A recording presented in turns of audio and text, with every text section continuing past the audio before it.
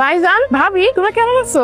ভালো তো আছি আমরা। তুই কোন সময় আইছো? আমি একটু আগে আইছি ভাইজান, একবারই চলে আইছি। ওই বাড়িতে তো থাকার মতো কোনো উপায় নাই। না আমি তো তোরে আগেই কইছিলাম স্বামী মরে গেছে, তুই বাড়িতে পড়ে থাকবি কি লিগা? তুই এখানে আয়া পর। পেটের সন্তান নিয়ে কি আর স্বামীর ভিটা ছেড়ে আইতে মন চাই ভাইজান, কিন্তু দিন দিন ওগো ব্যবহার এত খারাপ হয়ে যাইতেছিল, আমি সহ্য করতে পারতেছিলাম না, এই জন্য চলে আইছি। পেটের সন্তান লয়ে তুই চিন্তা করিস না, আর ভবিষ্যৎ আমি তোর ভাই আছি তো, আমি দেখবো।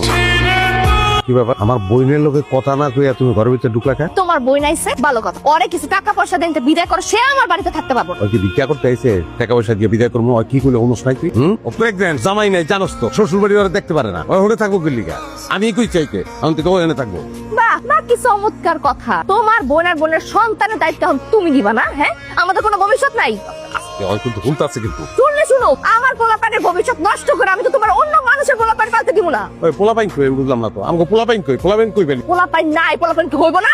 আরে বাপরে বাপ, গাছে কাটাল মোছে তেল মোছে কেউ নাই তো। হ্যাঁ তুই তেল দে, এটা আমার বোন, এটা আমার বোন, ওই জায়গায় থাকবো, এটাই কথা। লাগলে তুই চলে যা। এটা তোমার শেষ কথা? শেষ কথা না শুনুন কথা আমি বুঝি না। আমার বাপ নাই, আমার মার উপর, আমার বোনের উপর আমার দায়িত্ব আছে, সেই দায়িত্ব আমার পালন করতে হইব। আচ্ছা, তোমার মা আর বোনের দায়িত্ব তুমি বুঝছো, তোমার বোনের দায়িত্ব তো তুমি বুঝলা না। হ্যাঁ, মা শুধু তো বড় বড় কথা কয়ে বুঝাও, আর নিজের বেলা তো কিছুই বুঝলা না।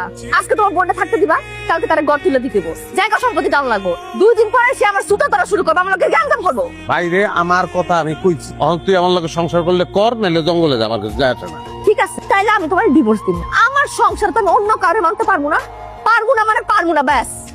আমার বোন, এটা ওর বাপের বাড়ি, এই বাড়ির সম্পত্তি তো ওর অধিকার আছে, ওই জায়গায় আমি ওরা বঞ্চিত করতে পারবো না। ডিভোর্স তুই কি দিবি? আমি দেবো ডিভোর্স করে। ভাবি, আমার নিয়ে যে আপনারা দুজন ঝগড়া করতেছেন, বিষয়টা কি ভালো দেখাইতেছে কোন? তোমার নিয়ে যে আমাদের স্বামী স্ত্রীর মধ্যে ঝগড়া হইতেছে, এটা যদি বুঝোই তাহলে বাড়িতে কি করতেছো? স্বামী বাড়ি যাওগা। ভাবি, ওই বাড়িতে যে ফিরে যাওয়ার মতো অবস্থা আমার নাই, আপনি কি সেটা জানেন না? অবস্থা নাই কেন? অবস্থা থাকবো কেমনে ভাবি? আমার তো নসিবটাই খারাপ, কপালটাই খারাপ। মানুষের গালমন্দ ছাড়া আমার কপালে কি আর কিছু আছে কোন? আমার স্বামীটা মরছে না। তো তোমার স্বামী মরছে দেখে কি এখন তোমার আর তোর পেটের বাচ্চার দায়িত্ব আমার স্বামী নিবো? হ্যাঁ, কি ঠেকা পড়ছে আমাদের? ভাবি, আপনি মনে হয় ভুলে যাইতেছেন, হ্যাঁ আপনার জামাই পরে, আগে সে আমার ভাই। কথাটা হুশ করে কইেন। কি কথাবার্তা হুশ করে কমু? হ্যাঁ, আর একটা ভাইয়ের উপরে বোনের অধিকার বেশি নাকি স্বামীর উপরে স্ত্রীর অধিকার বেশি, কোনটা? এই মাইয়া, তোর লেখা কি তোমার সংসারটা ভাঙতেছে? তুই এখন আমার বাড়িতে বেরো। তুই তো কারি করবেন না ভাবি, খবরদার করে দিতাছি। আপনার মতো হিংসুটা মাইয়া না, আসলে সংসারটা ভাঙাই উচিত। ফাজিল মহিলা কোনকার। আমি হিংসুটা, আমি ফাজিল, আর তুই কি? হ্যাঁ, তুই খুব ভালো।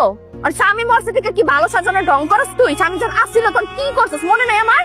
তোর লাগে তো স্বামী সারাক্ষণ জঙ্গলে মরছে, তোর লেগে তো মরছে। কি কইলি তুই? আর তুই কি করস শুনে? তুই কি করস? তুই যে উঠতে